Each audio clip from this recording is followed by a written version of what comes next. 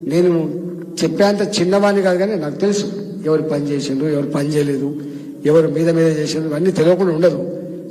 చాలా మంది ఎందుకో నేను ఓడిపోయినా, నాకు ఒక్కరికే వస్తా. ఇవాళ ఎవరు అంటున్నారు, ఇంతకుముందు రాజ్ కమల్లో ఇంకెవరు అంటున్నారు, నాకే కాదు అవమానం. 2021లో గెలిచిపించినాడు, మిమ్మల్ని ఆకాశాన్ని ఎంత ఎత్తుకున్నారు గుర్తుపెట్టుకోండి. నాకు రాలే కీర్తి, మీకు వచ్చింది. హుజరాబాద్ అనగానే ఎక్కడికి పోయినా మీకు ఇంత గౌరవం పెరిగింది. అమెరికా నుంచి ఫోన్ చేసినా, ఇంకో దగ్గర నుంచి ఫోన్ చేసినా మీకు ఆ గౌరవం దక్కింది.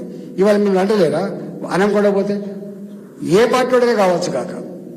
నాకు తెలిసి అన్ని పార్టీలలో ఉన్న వాళ్ళు కాంగ్రెస్ పార్టీ కావచ్చు, వాళ్ళు భారతీయ జనతా పార్టీ కావచ్చు, వాళ్ళు బీఆర్ఎస్ పార్టీ కావచ్చు, కానీ రాజేంద్రని ఎందుకు కొడుకుంటున్నా అంటారు మీరు. రాజేంద్రన్న కొట్లాడుతున్నాడు, ఫైటర్. రాజేంద్రన్న స్వార్థం కోసం చేయలే, రాజేంద్రన్న ఫైటర్. ముఖ్యమంత్రి ఎవరి నా పాలసీ, అది పార్టీ పాలసీ ఉంటుంది. ఎవరిని ముఖ్యమంత్రి చేయాలి, ఏ వర్గాన్ని ముఖ్యమంత్రి చేయాలి, పార్టీ పాలసీ ఉంటుంది. దానికి నేనేదో వచ్చేసినట్టుగా నేను ఎన్నడూ నా జీవితంలో ఒకరి మీద నేను కాంపిటీట్ చేసేటోడు కాదు, ఒకరు కాంపిటీటర్ అని కూడా అనుకుంటాడు కాదు. నేను నా శక్తి మీద నా నమ్మకం ఉన్నోడిని, నా పనితనం మీద నమ్మకం ఉన్నోడిని, నాకు అచంచల విశ్వాసం ఉన్నోడు కాబట్టి నాకు గీన అవుతాడు, గాయన అవుతాడు, గవన్నీ ఎందుకుంటే చెప్పండి.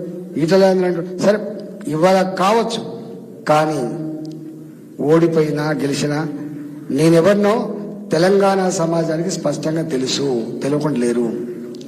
నేను ఎక్కడికి పోయినా, ఆదిలాబాద్ నుంచి అలంపూర్కు పోయినా, భద్రాచలం నుంచి వెళ్ళి పరిగికి పోయినా, కారు దిగగానే ఒక 10 మంది జమ అయి ఒక ఫోటో కొట్టుకొని పోతా అంటారు. పెట్టుకోండి, నాలాంటి మన జీవితం ధన్యమైంది.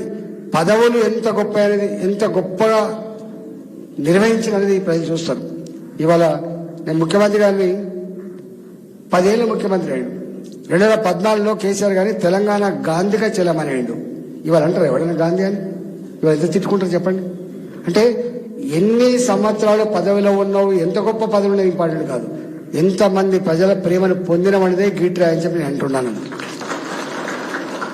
ఇవాళ నాదే మస్కబారులే, మస్కబారుతో రాజకీయ నాయకులు కొన్నాళ్ళు సంతోషపడుతుండొచ్చు, ఉదయమైన పెద్ద తురుముకాని అనుకున్నా, ఓడిపోయింది అని చెప్పి అనుకోవచ్చు. కానీ ప్రజలలో మాత్రం ఇవాళ హుజరాబాద్ ఓడిపోవచ్చు, గజ్వేల్లో ఓడిపోవచ్చు, కానీ 119 నియోజకవర్గాల ప్రజలు మాత్రం ఈ రెండింటి పక్కన పెడితే అయ్యో గిట్టెట్లా అని చెప్పి బాధపడేవాడు తప్ప మంచిగా అయిందనేవాడు మాత్రం మనిషి లేడు, గుర్తుపెట్టుకోండి.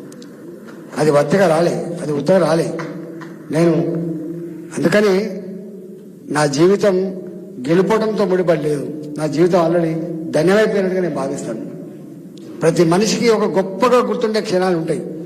నీ గొప్పగా గుర్తుండే మధుర క్షణాలు ఏమైనా చెప్పి నన్ను అడిగితే నేనంట తెలంగాణ ఉద్యమంలో తెలంగాణ రాష్ట్ర ఏర్పాటు కోసం పెట్టిన బిల్లు మీద నేను ఆవిష్కరించినటువంటి ఆ ఆత్మగౌరవ బావుట నా జీవితంలో మలుపురానికి ఇట్లా అని చెప్తాను.